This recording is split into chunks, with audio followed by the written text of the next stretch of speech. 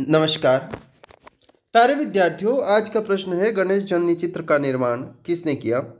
रविंद्रनाथ टैगोर, अवनींद्रनाथ टैगोर, ओसी गांगुली, समरेंद्रनाथ टैगोर।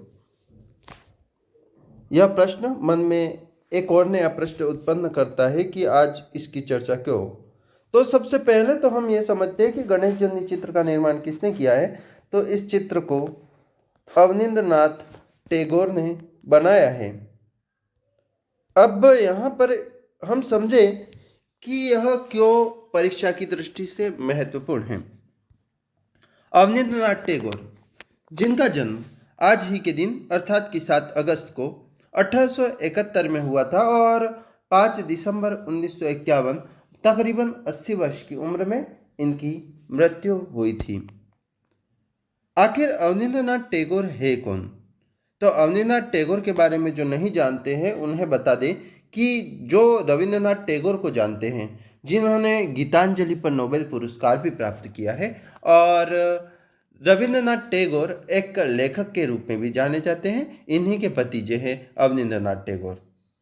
आपको यह ज्ञात नहीं है कि अवनींद्रनाथ टैगोर ने अंतर्राष्ट्रीय स्तर पर चित्रकार के रूप में तब ख्याति प्राप्त कर ली थी जब रविंद्रनाथ टैगोर को कोई लेखक के रूप में जानता भी नहीं था। न केवल अवनी बाबू का संबंध रविंद्रनाथ टैगोर से है बल्कि गगनेंद्रनाथ टैगोर से भी है। अब यहाँ पर प्रश्न ये है कि गगनेंद्रनाथ टैगोर कौन है? गगनेंद्रनाथ टैगोर भी एक चित्रकार है और यह अवनींद्रनाथ टैगोर के बड़े भाई भी हैं, गगनेंद्रनाथ टैगोर। और एक और बात भी हमें ध्यान रखनी चाहिए कि ये जो सारे ही नाम आ रहे हैं इसमें पीछे टैगोर आ रहा है। तो जो टैगोर है, यह टैगोर परिवार का प्रतीक है, जो कि बंगाल का प्रसिद्ध परिवार है जिसका काफी योगदान रहा है। तो ऐसे में हम जब अवनींद्रनाथ टैगोर को पढ़ रहे हैं तो न केवल अवनींद्रनाथ टैगोर को पढ़ रहे हैं, एक ऐसे प्रसिद्ध शख्सियत को पढ़ रहे हैं, एक ऐसे प्रसिद्ध व्यक्तित्व को पढ़ रहे हैं जिसका संबंध टैगोर परिवार से है, जिसका संबंध रविंद्रनाथ टैगोर से है, गगनेंद्रनाथ टैगोर से है। गगनेंद्रनाथ टैगोर को गणवाद, कैरिकेचर अर्थात कि कार्टूनिस्ट के रूप में भी जाना जाता है। तो इस तरीके की इनके बारे में पहचान है। लेकिन अब अवनींद्रनाथ टैगोर है कौन? तो यह भारत के सबसे प्रमुख चित्रकारों में से एक है और इनके यदि हम योगदान की बात करें तो जब हम भारतीय चित्रकला में बंगाल स्कूल ऑफ आर्ट की बात करते हैं, बंगाल शैली की बात करते हैं, तो सबसे पहले अवनींद्रनाथ टैगोर का नाम ही सामने आता है। इसके पीछे कारण यह है कि अवनींद्रनाथ टैगोर ने E.B. हेवेल के साथ मिलकर और भारतीय कला को आगे बढ़ाने के लिए अपना महत्वपूर्ण योगदान दिया है। ऐसे में अवनींद्रनाथ टैगोर के बारे में जब हम कहें तो यह ध्यान रखना चाहिए कि जोरासाको जो प्रांत है कोलकाता में, पश्चिम बंगाल में, वह काफ़ी प्रसिद्ध रहा है। इसलिए भी प्रसिद्ध रहा है क्योंकि टैगोर परिवार से इसका संबंध है। और इसी जोरासाको प्रांत में 7 अगस्त 1871 को अवनींद्रनाथ टैगोर का जन्म हुआ था। अवनींद्रनाथ टैगोर न केवल चित्रकार थे बल्कि कुशल लेखक भी थे और इन्हीं के परिवार में एक और कुशल लेखक हैं रविंद्रनाथ टैगोर। तो वहीं एक और प्रसिद्ध चित्रकार हैं गगनेंद्रनाथ टैगोर। बंगाली में बड़े भाई को दादा कहा जाता है। ऐसे में गगनेंद्रनाथ टैगोर अवनींद्रनाथ टैगोर के दादा होते थे अर्थात कि बड़े भाई होते थे। रविंद्रनाथ टैगोर के भतीजे अवनींद्रनाथ टैगोर ने भारतीय कला में स्वदेशी मूल्यों के उत्थान के लिए अपना एक महत्वपूर्ण योगदान दिया है। यदि हम भारत में बंगाल शैली की बात करें, वाश तकनीक की बात करें, तो अवनींद्रनाथ टैगोर को भूल नहीं सकते। वाश तकनीक क्या? यहाँ पे एक शब्द वापिस आया, वाश तकनीक। वाश का अर्थ होता है धोना। जब चित्रकार चित्र बनाता है तो धरातल पर या कैनवास पर रंगांकन करता है और उसके बाद उसको पानी से धोया जाता है। ऐसे में जो रंग है वो हल्के हो जाते हैं। मूलतः यह जल रंग तकनीक है, मतलब कि वाटर कलर या पोस्टर कलर जो कहे जाते हैं, जल रंग। जल रंग से जब कागज पर चित्र बनाया जाता है उसको पानी से धो दिया जाता है, रंग हल्के हो जाते हैं। उसके बाद पुनः यही प्रक्रिया अपनाई जाती है, पुनः रंग किया जाता है और धोया जाता है। इस प्रकार कई बार यह प्रक्रिया अपनाई जाती है और यह चित्र जो निर्माण होता है वह वाष्प तकनीक से बना हुआ चित्र कहलाता है।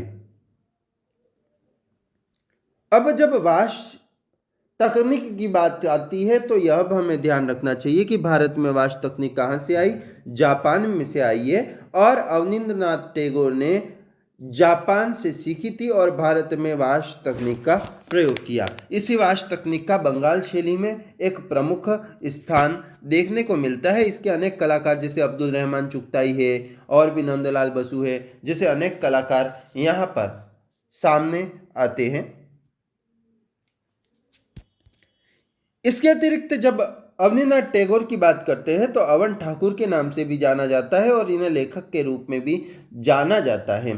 तो ऐसा मैं पहले ही बता चुका हूँ और इनकी बहुत सारी किताबें हैं, जैसे राज कहानी, बूढ़ो अंगला, नलक, खिरेर पुदेल बंगला, और इसके अलावा अनेक बाल साहित्य है जो इनके लेखन की श्रृंखला में देखने को मिलते हैं। इसके अलावा यदि हम महत्वपूर्ण तौर पे देखें तो Indian society of oriental art, जिसकी स्थापना 1907 में हुई थी और E.B. हेवेल के साथ में मिलकर की थी, इसकी स्थापना में अवनींद्रनाथ ठाकुर का महत्वपूर्ण योगदान माना जाता है। अवनींद्रनाथ ठाकुर की पत्नी का नाम था सुहासिनी देवी। 1889 में इनका विवाह सुहासिनी देवी से हुआ था। इसके अतिरिक्त यदि हम देखें तो यदि इनके कला शिक्षण की बात करें, कला अध्ययन की बात करें, तो इन्होंने यूरोपीय शिक्षक सी पामर से पेस्टल रंग, तेल रंग और जल रंग की तकनीक को सीखा था। चार्ल्स पामर से पेस्टल रंग, तेल रंग और जल रंग की तकनीक को सीखा था। तो इटालियन कलाकार गिल्हार्डी से इन्होंने यूरोपीय तेल चित्रण तकनीक को भी सीखा था। यह राजा रवि वर्मा के चित्रों के भी प्रशंसक रहे हैं और राजा रवि वर्मा ने भी अवनींद्रनाथ ठाकुर के चित्रों की प्रशंसा की थी। अब ऐसे में हम जब अवनींद्रनाथ टैगोर को पढ़ रहे हैं तो एक बड़ी फ्रेम बनती जा रही है कि अवनींद्रनाथ टैगोर कितने बड़े कलाकार हैं। राजा रवि वर्मा का नाम आ रहा है या फिर भारत में बंगाल शैली का नाम आ रहा है, तो एक महत्वपूर्ण कलाकार के तौर पर हमारी फ्रेम अवनींद्रनाथ टैगोर की बन रही है। जब जापानी कलाकार ओकाकुरा 1902 में भारत आए और 1902-3 के आसपास जब इन्होंने ओकाकुरा की पुस्तक आइडल ऑफ द ईस्ट का अध्ययन किया या आइडल ऑफ ईस्ट के बारे में पढ़ा और ओकाकुरा से मिले तो उनके विचारों से प्रभावित हुए और ऐसे में पश्चिमी कला का विरोध और पूर्वी कला का समर्थन जैसी बात इनके विचारों में देखने को मिलती है। जब E.B. हेवेल अवनींद्रनाथ टैगोर से प्रभावित हुए थे तो इन्होंने कलकत्ता स्कूल ऑफ आर्ट में उप प्रधानाचार्य के रूप में भी अवनींद्रनाथ टैगोर को आमंत्रित किया था और उप प्रधानाचार्य बना दिया था। अवनींद्रनाथ टैगोर का संबंध E.B. हेवेल से रहा है, तो वहीं विलियम रोथेनस्टीन से भी रहा है, जो कि royal college of art London में अध्यक्ष थे और 1910 में भारत आए थे। लगभग 1 वर्ष भारत में रहे थे और यहीं पर अवनींद्रनाथ टैगोर से इनका संबंध रहा है, साथ में चित्रकारी भी की है। अवनींद्रनाथ टैगोर ने 1913 में लंदन और पेरिस में प्रदर्शनी लगाई थी और 1919 में जापान में भी अपने चित्रों की प्रदर्शनी लगाई थी। इनकी एक पुस्तक है six symbols of Indian art, six limb of Indian art जिसे कहा जाता है, six symbols of Indian art जिसे षडांग कहते हैं, पुस्तक का प्रकाशन भी किया है।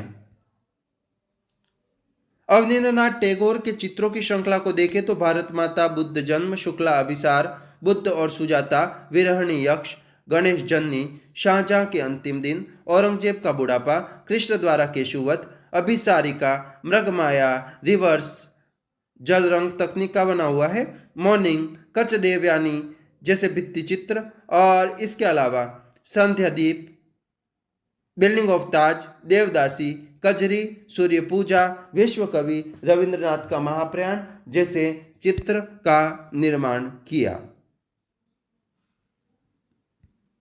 इन्होंने चित्र श्रृंखला भी बनाई है। उमर खयाम पर काफ़ी सारे चित्र बनाए हैं, लैला मजनू, अलिफ लैला, ऋतु संहार, जैबुन्निशा, रविंद्रनाथ की चित्रांगदा, विद्यापति, चंडीदास की जो कंकन चंडीदास है, कवि कंकन चंडीदास, उनकी कविताओं पर भी एक चित्र श्रृंखला का निर्माण किया है। इनके चित्रों की प्रदर्शनी के बारे में मैं पहले ही बता चुका हूँ। 1913 के आसपास और 1911 के आसपास काफ़ी चित्रों की प्रदर्शनी लगती रही है और 1913 में लंदन, पेरिस में और 1919 में जापान में इनके चित्रों की प्रदर्शनी लगी। जब रविंद्रनाथ टैगोर की मृत्यु हुई थी तो इन्हें सदमा लगा था और अवनींद्रनाथ टैगोर जो हैं, इनकी मृत्यु के बाद इनके पुत्र ने इनकी जो पेंटिंग्स है उसे रविंद्र भारती सोसाइटी ट्रस्ट को दे दिया था, जो कि इनके चित्रों का सबसे बड़ा संग्राहक ट्रस्ट के रूप में जाना जाता है। मैं पहले ही बता चुका हूं कि रविंद्रनाथ टैगोर की जो प्रसिद्धि है उससे पहले ही अवनींद्रनाथ टैगोर काफ़ी ज़्यादा प्रसिद्ध हो चुके थे। अवनी बाबू के बारे में एक और खास बात जो कि जानने की है, काटम कुटुम श्रृंखला या कुटुम काटम श्रृंखला जो कही जाती है, काटुम कुटुम श्रृंखला, जिसमें कि लकड़ी की मूर्तियां बनाई गई है। अवनींद्रनाथ टैगोर ने अपने जीवन के अंतिम समय में आखिरी पड़ाव में पेड़ की बेकार डालियों, जड़ों, फल के बीजों, बहती हुई लकड़ी, बची खुची काम न आने वाली लकड़ी आदि से मूर्तियां बनाने का काम किया, जिसे काटम कुटुम के नाम से जाना जाता है। इसमें उखड़े हुए पेड़, मनुष्य और जानवरों की आकृतियां और अन्य कलाकृतियों के रूप में देखा जा सकता है। इन्हें सजाने में भी रखा गया है। कुटुम काटम का अर्थ है वस्तुओं से बनी कलाकृतियां। यह है अवनींद्रनाथ टैगोर। और सबसे बड़ी बात कि अब मैं पूरी बात हमने कर ली है, अब बताऊंगा कि अवनींद्रनाथ टैगोर के बारे में हमने क्यों पढ़ा। तो अवनींद्रनाथ टैगोर के बारे में हमने इसलिए पढ़ा क्योंकि आज 7 अगस्त को अवनींद्रनाथ टैगोर का जन्म दिवस है और अवनींद्रनाथ टैगोर भारतीय कला में, भारतीय चित्रकला में एक बहुत बड़े हस्ताक्षर हैं। मैंने जैसा कि बताया था, उनकी एक बहन जिनका नाम सुनैनी देवी था। तो अब हमें यहाँ पर ध्यान रखना चाहिए कि सुनैनी देवी कौन है। तो सुनैनी देवी भारत की प्रथम आधुनिक महिला चित्रकार होने के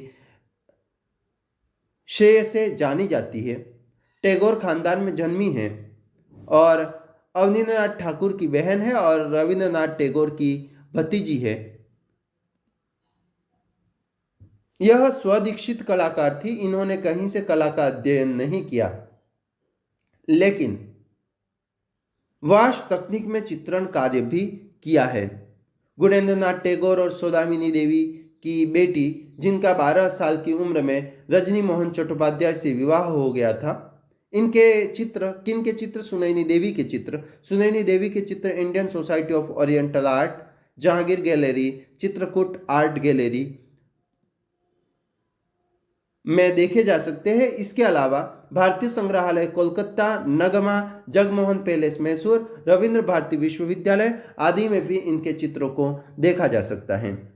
सुनैनी देवी के बारे में स्टेला क्रेमरिश ने कहा है कि यह भारत की प्रथम आधुनिक चित्रकार है। लेकिन दोस्तों, मैं हम सुनैनी देवी की बात कर रहा हूं, ऐसे में आपका ध्यान एक और सुनैनी देवी की ओर ले जाना चाहूंगा ताकि आपको कंफ्यूजन ना हो। सुनैनी देवी जिनका संबंध मधुबनी शैली से है, काफी प्रसिद्ध है। तो यहां पर जो सुनैनी देवी की बात कर रहे हैं, उनका जन्म 18 जून 1875 को कोलकाता में हुआ था, जिनका संबंध टैगोर परिवार से है। लेकिन मधुबनी वाली जो सुनैनी देवी है, उनका जन्म 28 जुलाई 1951 को हुआ है। भारत नेपाल की सीमा में दुहाबी नामक गांव में हुआ है। यह मिथिला क्षेत्र के करीब की है, मधुबनी से इन प्रभावित है और मधुबनी शैली के लिए इन्हें जाना जाता है। इन्हें नीतीश कुमार द्वारा राज्य पुरस्कार से भी सम्मानित किया गया है, राज्य पुरस्कार प्रदान किया गया है। और जहाँ तक बात रही मधुबनी शैली की, तो मधुबनी शैली जो है मिथिला पेंटिंग के नाम से भी जानी जाती है। इसका संबंध राम और सीता से भी माना जाता है और बिहार की लोक कला है। इसके बारे में हम पहले काफ़ी वीडियो में पढ़ चुके हैं। आप सभी ने ध्यान से सुना, धन्यवाद। फिर मिलेंगे हम नई जानकारी के साथ, लेकिन इससे पहले हम देख लेते हैं इनके कुछ चित्र। किसके? अवनीनाथ टैगोर के चित्र। कौन से चित्र? जो हमने नाम लिए हैं। पहला चित्र है भारत माता, जिसका निर्माण 1905 में हुआ है, जिसका संबंध बंगाल विभाजन से भी है। भारत माता अवनीनाथ टैगोर की कृति। अगला प्रश्न, यात्रा का अंत चित्र, जो कि अवनीनाथ टैगोर का है, जिसमें एक ऊंट को विश्राम करते हुए दिखाया गया है। एक और चित्र, गणेश जन्नी, अवनीनाथ टैगोर का चित्र, जिससे ही हमने प्रश्न पूछा था कि गणेश जन्नी चित्र किस कलाकार द्वारा निर्मित किया गया है, जिसमें गणेश को बताया है और उनकी मां को बताया है। अगला प्रश्न, अगला चित्र, अभिसारिका, जिस पर कि डाक टिकट भी छप चुकी है। भारत सरकार द्वारा अभिसारिका पर डाक टिकट भी छापी गई है। इसके अतिरिक्त एक और चित्र, शाहजहां की मृत्यु, शाहजहां के अंतिम दिन, ये चित्र भी काफ़ी प्रसिद्ध हैं। तो इस प्रकार अवनीनाथ टैगोर को भारतीय कला में प्रमुख हस्ताक्षर के रूप में जाना जाता है। आप सभी को धन्यवाद। निश्चय ही आप वीडियो को लाइक करेंगे, कमेंट करेंगे, शेयर करेंगे और चैनल को सब्सक्राइब करेंगे ताकि नए नोटिफिकेशंस प्राप्त कर सकें। फिर मिलेंगे नई जानकारी के साथ।